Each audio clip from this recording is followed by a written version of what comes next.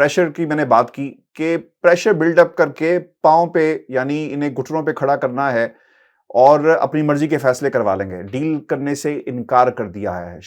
نواز شریف کو لانے کی تیاری کی جا رہی ہے اور عمران کو مائنس کرنے کی کوشش کی جا رہی ہے. عوام اور جو کراؤڈ کا رسپانس تھا ایسا لگتا ہے کہ سب کچھ مائنس ہو گیا. جماعتیں، سیاسی پولیٹیکل انفلوئنسز اور کہیں اور کے جو فیصلے تھے سب انفلوئنس ہو گئے. آج کوئی طاقت کھڑی ہے پاکستان کے اندر تو رائے صاحب وہ عمران خان ہی ہے. دیکھیں ہاشمی صاحب، یہ جلسہ لاہور میں نہیں ہوا، یہ جلسہ پورے پاکستان میں ہوا ہے. ایک نئی تاریخ رقم ہوئی ہے. آپ اگر دیکھیں مری کے مناظر، یعنی مری جو ہے وہ کوئی بہت بڑا علاقہ نہیں ہے، لیکن آپ دیکھیں کہ مری میں پی ایم ایل این اگر فل فلیج جلسہ کرے اس جگہ پر، مریم نواز خود جائیں، شہباز شریف خود جائیں، تو تب بھی اتنے لوگ اکٹھے نہیں ہوتے جتنے لوگ مری میں ویڈیو لنک پر یہ جلسہ دیکھ رہے تھے جو جلسہ خان صاحب نے لاہور میں کیا. اس کے بعد ہاشمی صاحب اسلام آباد کا F9 پارک، 17 مقامات ہیں، 17 شہر، وہاں جو 17 پارک سے 17 آپ کہیں کہ جلسہ گاہیں تھیں، یہ تمام جلسہ گاہیں بھری ہوئی تھیں، اسلام آباد سے لے کر کراچی، پشاور سے لے کر کراچی تک. تو اس سے آپ یہ اندازہ لگا لیں کہ یہ کتنا بڑا جلسہ تھا. یہ صرف لاہور میں جلسہ نہیں ہو رہا تھا، یہ پورے پاکستان میں جلسہ ہو رہا تھا. اور جلسہ کن حالات میں ہو رہا تھا، یہ بڑی ہی حساس بات ہے ہاشمی صاحب جو میں اب ذکر کرنے لگا ہوں جس بات کا. یہ جلسہ ایک ایسے حالات میں ہو رہا تھا کہ جب ایک تاثر یہ ہے کہ اسٹیبلشمنٹ نے حکومت گرائی خان صاحب کی. خان صاحب خود بھی یہ کبھی ڈائریکٹلی کبھی انڈائریکٹلی کہتے ہیں کہ اسٹیبلشمنٹ نے حکومت گرائی. اس کے بعد شہباز گل کی گرفتاری ہوئی اور اس کے بعد پھر اس طرح کی خبریں لانچ کروائی گئیں کہ آرمی چاہتی ہے کہ ملٹری کورٹ میں شہباز گل کا مقدمہ چلے. بہت سے صحافیوں نے یہ خبر دی. اب اس کا مطلب یہ ہے کہ ایک آپ ورسٹ سپریشن تھی، ایک خوف تھا، ایک دباؤ تھا. ARY چینل جو خان صاحب کے موقف کو صرف بیان کرتا تھا، اس چینل کو بند کر دیا گیا. اس کا مطلب ہے کہ میڈیا کو بھی زنجیروں میں جکڑ لیا گیا. لیکن اتنا خوف کہ ایک طرف یہ تاثر کہ اسٹیبلشمنٹ عمران خان صاحب کے خلاف کام کر رہی ہے، جو چینل عمران خان صاحب کی ایکٹیویٹیز کو کور کرتا ہے اس کو بند کیا جا رہا ہے. اس کے باوجود پورا پاکستان عمران خان صاحب کی سپورٹ میں، پاکستان کا یوم آزادی منانے کے لیے، پاکستان میں انتشار پھیلانے کے لیے نہیں، پاکستان کو متحد کرنے کے لیے، پاکستان کو مضبوط کرنے کے لیے اپنے لیڈر کی کال کے اوپر نکلا ہے. سب سے اہم بات یہ ہے کہ اتنے دباؤ کے باوجود. تو اس سے ہمارا وہ پوائنٹ انڈورس ہو گیا جو کل آپ نے ایک کوشچن بھی ڈاکٹر صاحب کا ہمارے سامنے رکھا تھا کہ اس وقت خان صاحب کی پاپولیرٹی ظاہر ہے کہ بھٹو صاحب سے بھی بہت زیادہ ہے اور خان صاحب ایک بائنڈنگ فورس ہیں. خان صاحب جب بھی کال دیں گے، جتنا مرضی خوف ہو، جتنا مرضی دباؤ ہو، لوگ نکلیں گے. لوگوں نے خوف کی زنجیریں توڑ دی ہیں، لوگوں میں شعور آ گیا ہے. اب آ جائیں خان صاحب نے جو بند کمروں کی بات کی. خان صاحب کہتے ہیں کہ 2-3 کردار ہیں، انہوں نے بند کمرے میں مجھے سیاسی کھیل سے آؤٹ کرنے کی سازش پلان کی ہے. یعنی ایک تو بند کمرے میں عمران خان صاحب کی خدا نخواستہ جان لینے کی ایک سازش کی گئی تھی، اس کے متعلق خان صاحب نے ایک ویڈیو ریکارڈ کروائی تھی. اب خان صاحب کہتے ہیں کہ ایک بند کمرے میں ایک تازہ ترین سازش ہوئی ہے کہ عمران خان کو سیاسی کھیل سے آؤٹ کیسے کرنا ہے، کیونکہ پنجاب کے ضمنی الیکشن میں جس طرح سے پھینٹا ہم نے ان کو لگایا ہے، یہ الفاظ خان صاحب نے استعمال کیے کہ پوری ریاستی مشینری استعمال ہوئی، الیکشن کمیشن استعمال ہوا، تمام ریاستی ادارے استعمال ہوئے، بدترین دھاندلی کی گئی. کوئی یہ نہیں ہے کہ پنجاب میں یہ کوئی فری اینڈ فیئر الیکشن ہوا، بدترین دھاندلی کی گئی. اس کے باوجود عوام نے ان کو پھینٹا لگایا اور یہ ایک بہت بڑا جو ڈاکہ انہوں نے مارنے کی کوشش کی تھی، اس طرح کا یہ ڈاکہ نہیں مار سکے. اور اگر یہ پورا فری اینڈ فیئر الیکشن ہوتا ہاشمی صاحب تو ان 20 میں سے 18 نشستیں تحریک انصاف کے پاس ہوتی. اب خان صاحب جو کہہ رہے ہیں، جس ڈیل کی جانب اشارہ کر رہے ہیں، خان صاحب یہ کہہ رہے ہیں کہ یہ چاہتے ہیں کہ مجھے مجبور کریں، یہ مجھے ٹیکنیکل گراؤنڈز کے اوپر نائل کریں، فارن فنڈنگ کیس میں الیکشن کمیشن کو اپنے ٹول کے طور پر استعمال کر کے، چیف الیکشن کمشنر کو استعمال کر کے تکنیکی بنیادوں پر بدنیتی کے ذریعے مجھے نائل کریں اور پھر مجھے یہ مجبور کریں کہ میں میاں نواز شریف آصف علی زرداری کے ساتھ مل کر بیٹھوں اور یہ نااہلی والی شک ختم کروں۔ اب ہاشمی صاحب، آپ کو بھی یاد ہوگا، ہمارے ویورز کو بھی یاد ہوگا کہ ہم نے 6-7 دن پہلے یہ خبر اسی پلیٹ فارم پر بریک بھی کی تھی، لیکن خان صاحب نے اب یہ واضح کر دیا ہے کہ وہ اس قسم کی کوئی ڈیل نہیں کریں گے، کیونکہ میاں نواز شریف کی جو نااہلی ہوئی تھی وہ پیناما کیس میں ہوئی تھی۔ پیناما کیس کوئی پاکستان کی فوج، پاکستان کی ایجنسیاں یا تحریک انصاف یہ سکینڈل سامنے نہیں لے کے آئی تھی، یہ تو ایک انٹرنیشنل سکینڈل تھا جو کہ انٹرنیشنل لیول پر آیا تھا۔ اس کے بعد ہاشمی صاحب آپ دیکھیں کہ یہ جو آپ کے دوست وہاں بیٹھے ہیں حسین نواز، تو یہ حسین نواز جب یہ پیناما کیس بالکل اگلے دن اس کی تفصیلات ریلیز ہونے والی تھی تو ان کو خبر لیک کر دی گئی کہ آپ کے خلاف اس طرح سے یہ آپ کی جو آف شور کمپنیز ہیں ان کے متعلق حقائق منظر عام پر آنے والے ہیں۔ تو ایک دن پہلے حسین نواز نے 2 پلانٹڈ انٹرویوز دیے اور پھر یہ تسلیم کر لیا کہ یہ آف شور کمپنیز جو ہیں یہ ہماری ہیں اور مریم نواز جو ہیں ان کو آپریٹ کرتی ہیں۔ اور مریم نواز کا وہ کلپ بھی خان صاحب نے چلا دیا، مزہ بڑا آیا ہاشمی صاحب وہ کلپ سن کے۔ یعنی عوام کو پتہ لگنا چاہیے کہ کتنی معصومیت کے ساتھ، کتنی معصومیت کے ساتھ کہہ رہی ہیں مریم نواز کہ میری تو لندن میں کیا پاکستان میں بھی کوئی جائیداد نہیں ہے، یہ خان صاحب میری جائیدادیں پتہ نہیں کہاں سے نکال کے لے آتے ہیں۔ پھر آپ دیکھ لیں کہ پیناما سکینڈل آیا اور یہ ساری جائیدادیں ان کی ظاہر ہو گئیں۔ تو خان صاحب نے ایک تو آپ یہ کہہ سکتے ہیں کہ شریف فیملی کو اور آصف علی زرداری کو اور اس کرپٹ ٹولے کو تو ایکسپوز کیا ہی، لیکن دوسری چوک پہ کھڑا کر دیا رائے صاحب، چوک پہ کھڑا کر دیا، ایکسپوز نہیں، چوک پہ کھڑا کر دیا۔ جی چوک میں بالکل آپ ٹھیک کہہ رہے ہیں، کھڑا کر دیا، اور پاکستانی عوام کو ان لوگوں کے متعلق جو حقائق ہیں اور ان لوگوں کی کرپشن کے متعلق ان کی جو ایک یہ جھوٹ بولتے ہیں اس کے متعلق خان صاحب نے جو اویئرنیس دی ہے، اصل میں خان صاحب سے ضد تو یہی ہے کہ یہ خان صاحب کدھر سے آ گئے ہیں۔ ہماری حکمرانی چل رہی تھی بڑے مزے سے، موروثی سیاست چل رہی تھی، ہم خود نسل در نسل مسلط ہوئے تھے کرپشن کرنے کے باوجود اس قوم کے اوپر، آگے ہم نے اپنے بچے بھی تیار کر لیے تھے۔ تو یہ کیسا ایک پاکستانی نکل آیا جو کہ باقی لوگوں سے مختلف ہے، ہم سے مختلف ہے، یہ ہمیں چیلنج کرتا ہے، اور یہ ایک ایسا کردار ہے جس کے کوئی محلات بھی نہیں ہیں، جس کی کوئی اربوں روپے کی جائیداد بھی نہیں ہے، لیکن اس کے باوجود عوام اس کے ساتھ کھڑی ہو گئی ہے۔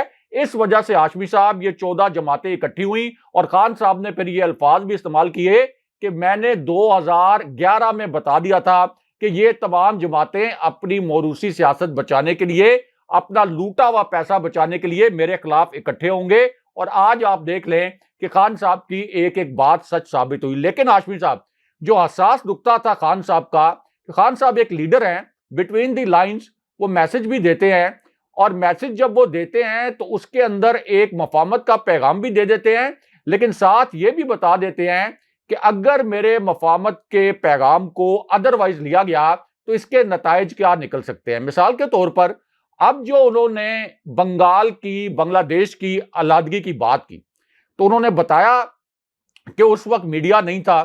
آج بھی جس طرح سے میڈیا کی زبان بندی کی گئی ہے، لیکن سوشل میڈیا موجود ہے، ٹیکنالوجی کا دور ہے، ٹیکنالوجی کو کوئی شکست نہیں دے سکتا۔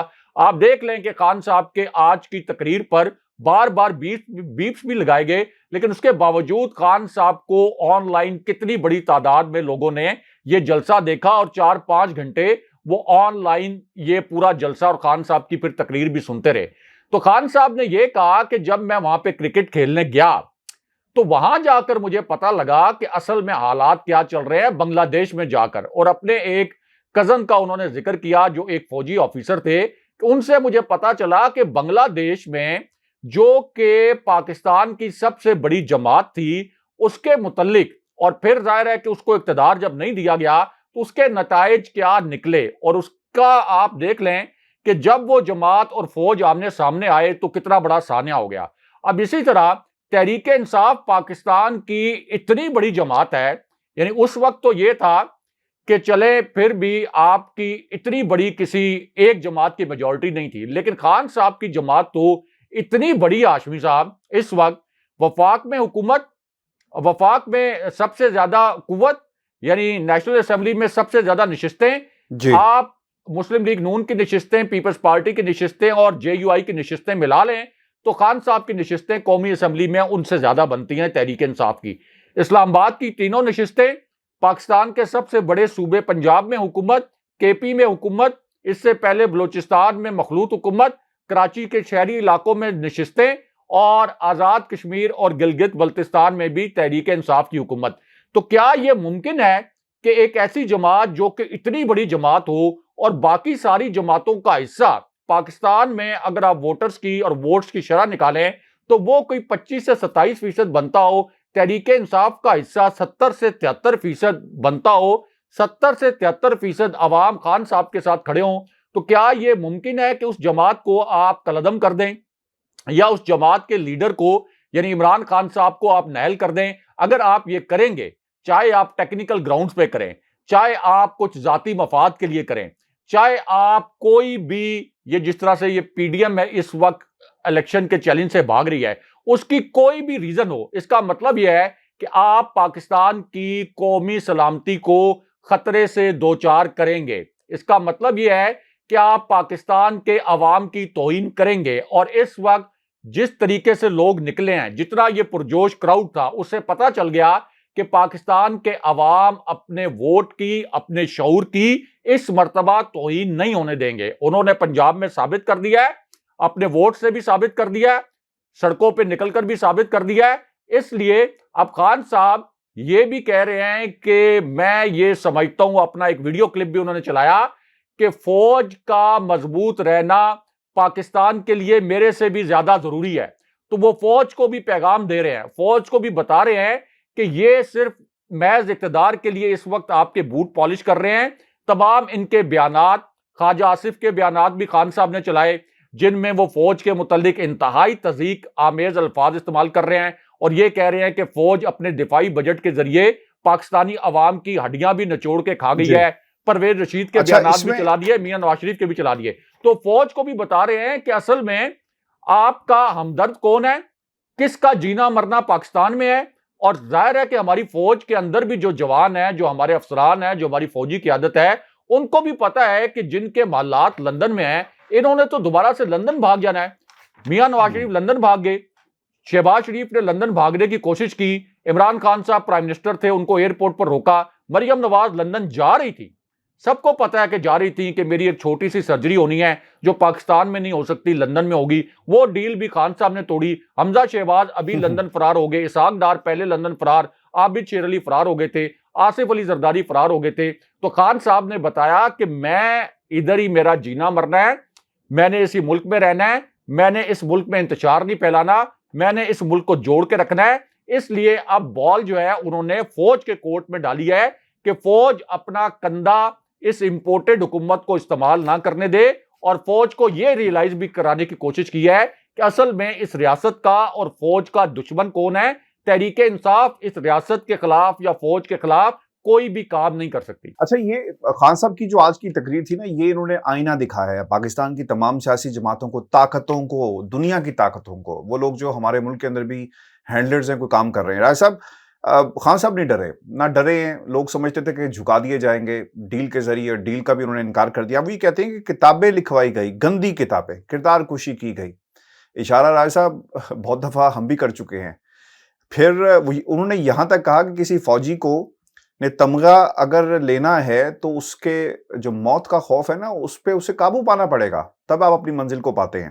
پھر یہ بھی انہوں نے کہا کہ اینٹی امریکن نہیں ہوں، ہماری سب سے زیادہ امپورٹس جو ہیں وہ امریکہ کے ساتھ ہے، لیکن ہم غلامی نہیں چاہتے، نہ کرنا چاہیں گے، نہ اسے قبول کریں گے. اور پھر نہ جھکا ہوں، نہ جھکنے دوں گا. اور پھر انہوں نے ایک اور بڑی انٹرسٹنگ بات کی رہا ہے صاحب، اس پہ ہمیں ضرور بات کرنی چاہیے. بعض لوگ یہ کہتے ہیں کہ خان صاحب نے یہ جو اپنے اوپر اسلامی لبادہ اوڑھ لیا نا، یہ کوئی آج کی بات ہے. تیرا میرا رشتہ کیا، لا الہ، وہ بار بار یہ بات کرتے ہیں کہ لا الہ الا اللہ محمد رسول اللہ، پاکستان کا مطلب کیا. انہوں نے 1996 کا اپنا ایک کلپ چلایا، جو وہ بات امریکہ کے بارے میں 1996 میں کر رہے تھے، آج بھی وہی باتیں دوبارہ کر رہے ہیں. وہ لوگ جن کو یہ معلوم نہیں ہے، آج میرا خیال ہے کہ خان صاحب نے ان کی میموری کو بھی فریش کیا ہے.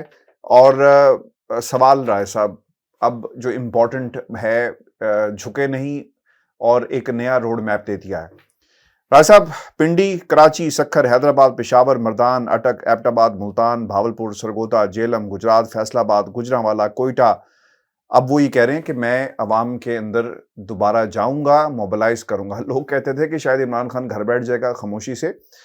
یہ اسیسمنٹ پہلے بھی صحیح ثابت ہوئی، آج بھی صحیح ثابت ہوئی کہ عمران خان کو خریدنا مشکل ہے، اس کی کردار کشی کرنا مشکل ہے، اسے جھکانا مشکل ہے. جس کو انہوں نے اٹھایا وہ اٹھا نہیں، ان سب کو اٹھا کر چھوڑے گا. اور جس کو کرسی پر بٹھایا وہ لوگوں کے دلوں میں نہیں بیٹھا، بلکہ وہ اس نے پورے سسٹم کو ہی بٹھا دیا. راج صاحب، روڈ میپ.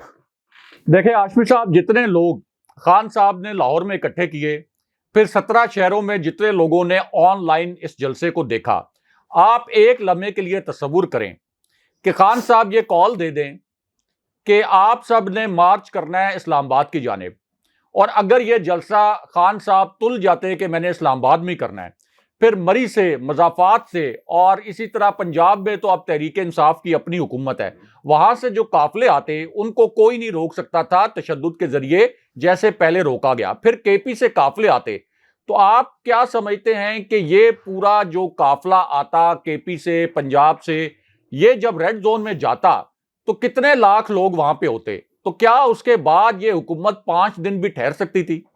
ریڈ زون میں جہاں پارلیمنٹ ہے، سپریم کورٹ ہے، غیر ملکی سفارت خانے ہیں، پرائم منسٹر آفس ہے، پرائم منسٹر ہاؤس ہے، ایوان صدر ہے، ریڈیو پاکستان ہے، پی ٹی وی کی عمارت ہے، سب سے پاکستان کا حساس علاقہ ہے.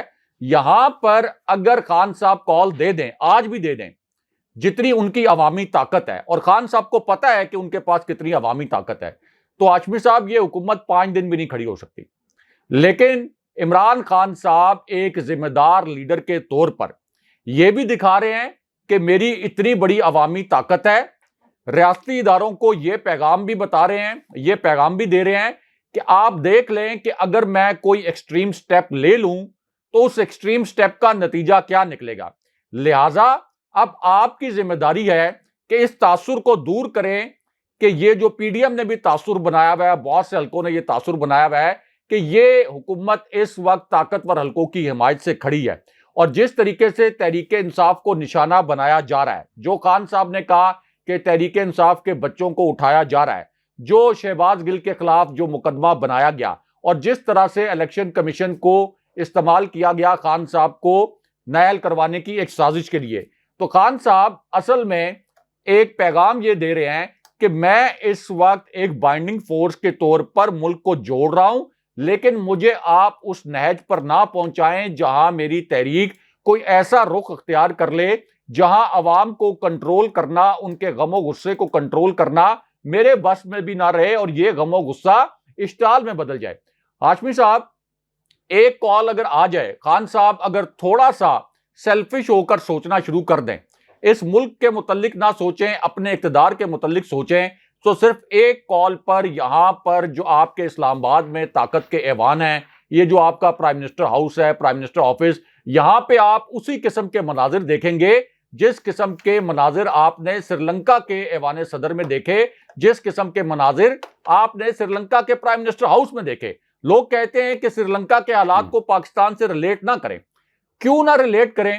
وہاں بھی اسی قسم کی موروثیت تھی، وہاں بھی 2 بھائی تھے، ایک پرائم منسٹر تھا، ایک صدر تھا. یہاں بھی ایک پرائم منسٹر بن گئے شہباز شریف، اور پھر زبردستی جعلی طریقے سے اپنے بیٹے کو وزیر اعلیٰ بنا دیا، لیکن لوگوں نے ان کو گھسیٹ کر ان کے تخت سے اتارا ووٹ کے ذریعے.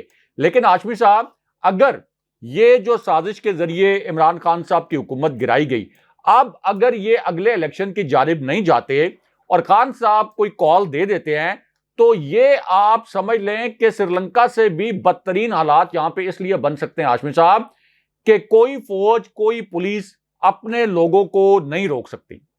اپنے لوگوں پر ایک آدھ دن تو وہ تشدد کر سکتے ہیں، ایک آدھ دن تو شاید 2-4 لوگوں کو گولیاں مار سکتے ہیں، لیکن اس سے زیادہ کوئی فوج بھی اپنے لوگوں کے سامنے کھڑی نہیں ہو سکتی.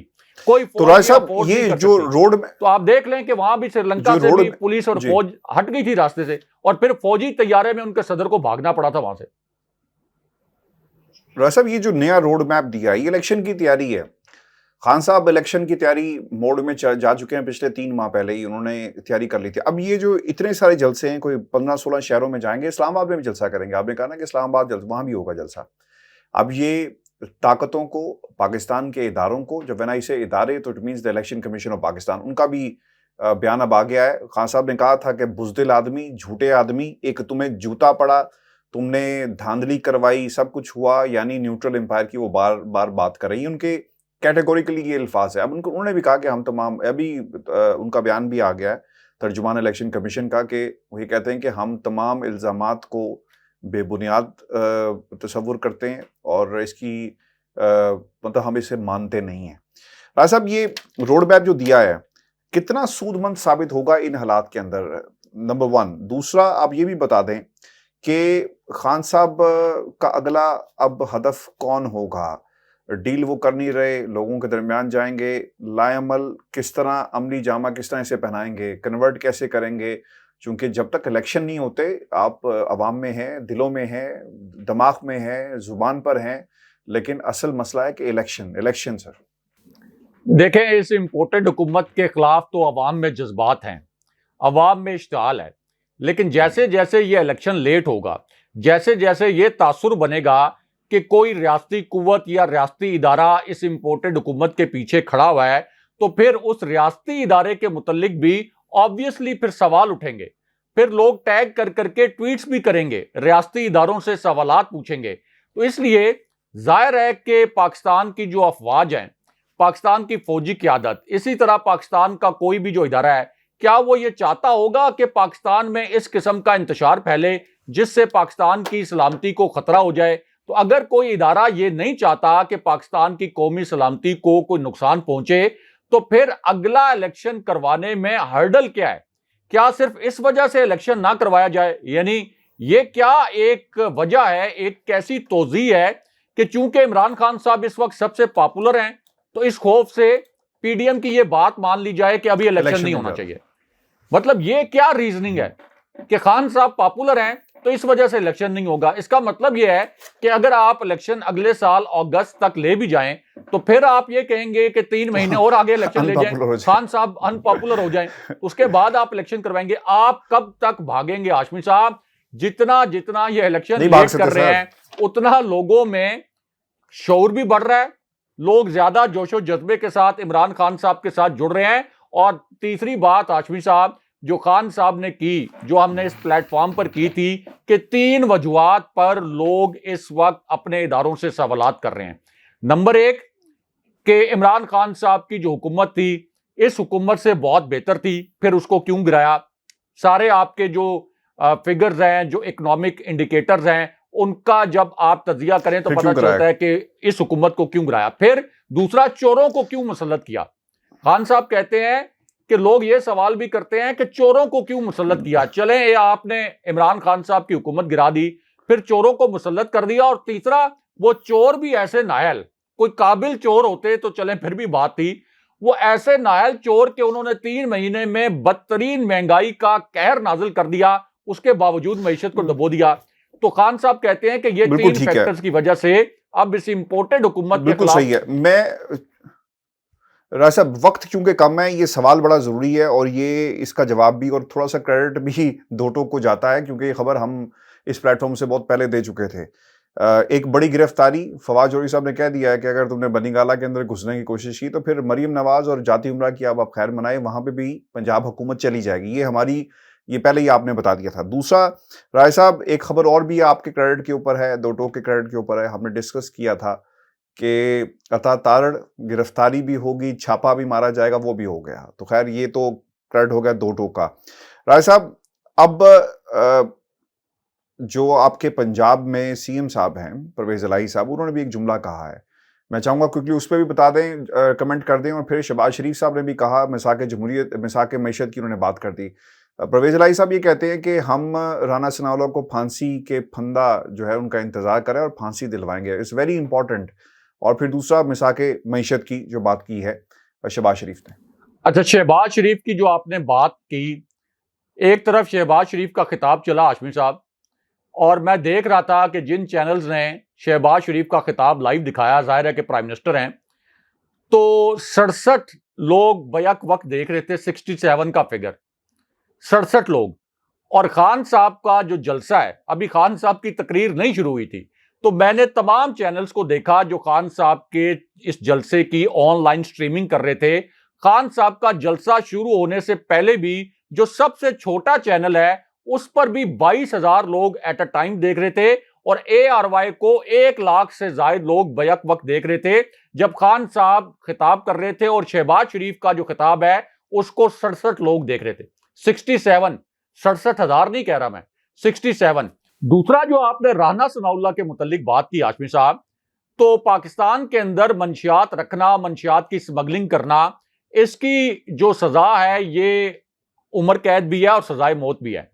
تو ANF نے رانا ثناءاللہ پر بھی مقدمہ بنایا تھا. ANF آج بھی قائم ہے, فوج کا ذیلی ادارہ ہے. یہ بہت اہم بات ہے کہ فوج کا ذیلی ادارہ ہے. تو وہ کہتا ہے کہ آج بھی ہم اس بات پر قائم ہیں کہ رانا ثناءاللہ کی گاڑی سے یہ ہیروئن نکلی تھی. اور اس کے بعد اسی طرح حنیف عباسی کا بھی ہاشمی صاحب ڈرگ کیس تھا. اس ڈرگ کیس میں ANF نے حنیف عباسی کو عمر قید کی سزا دلوائی تھی. تو اب تو رانا ثناءاللہ پر مزید 2 قتلوں کا الزام بھی ہے, جو کہ PTI کے 2 کارکن شہید ہوئے. 22 قتل انہوں نے پہلے کر رکھے ہیں. ثانیہ ماڈل ٹاؤن میں بھی یہ ملوث ہیں. اس وجہ سے اگر پاکستان کے اندر کوئی قانونی نظام ہوتا تو رانا ثناءاللہ اب تک اس قانونی نظام کے ہاتھوں عبرت کا نشان بن چکے ہوتے. اور یہ جو 25 مئی کو انہوں نے قتل و غارت گری کی تھی, اس قتل و غارت گری کرنے کے وہ قابل ہی نہ رہتے اور ابھی کسی اندھیری کال کوٹڑی کے اندر سڑ رہے ہوتے. لیکن ظاہر ہے کہ پاکستان کا نظام ایسا ہاشمی صاحب کہ جس شخص پر فوج کے ذیلی ادارے نے یہ کہا کہ ہم آج بھی قائم ہیں کہ انہوں نے منشیات کی سمگلنگ کی تھی, وہ آج پاکستان کے وزیر داخلہ ہیں. تو اس سے آپ اندازہ لگا لیں کہ عمران خان صاحب کی جو جنگ ہے وہ کس قسم کے بوسیدہ اور گلے سڑے نظام کے خلاف ہے. بہت شکریہ ایسا ویورز, آج کا ہمارا شو تھا. اپنے کمنٹس بھیجیے گا, چینل کو ضرور سبسکرائب کریں. اجازت دیجیے, اللہ نگہبان. اللہ نگہبان.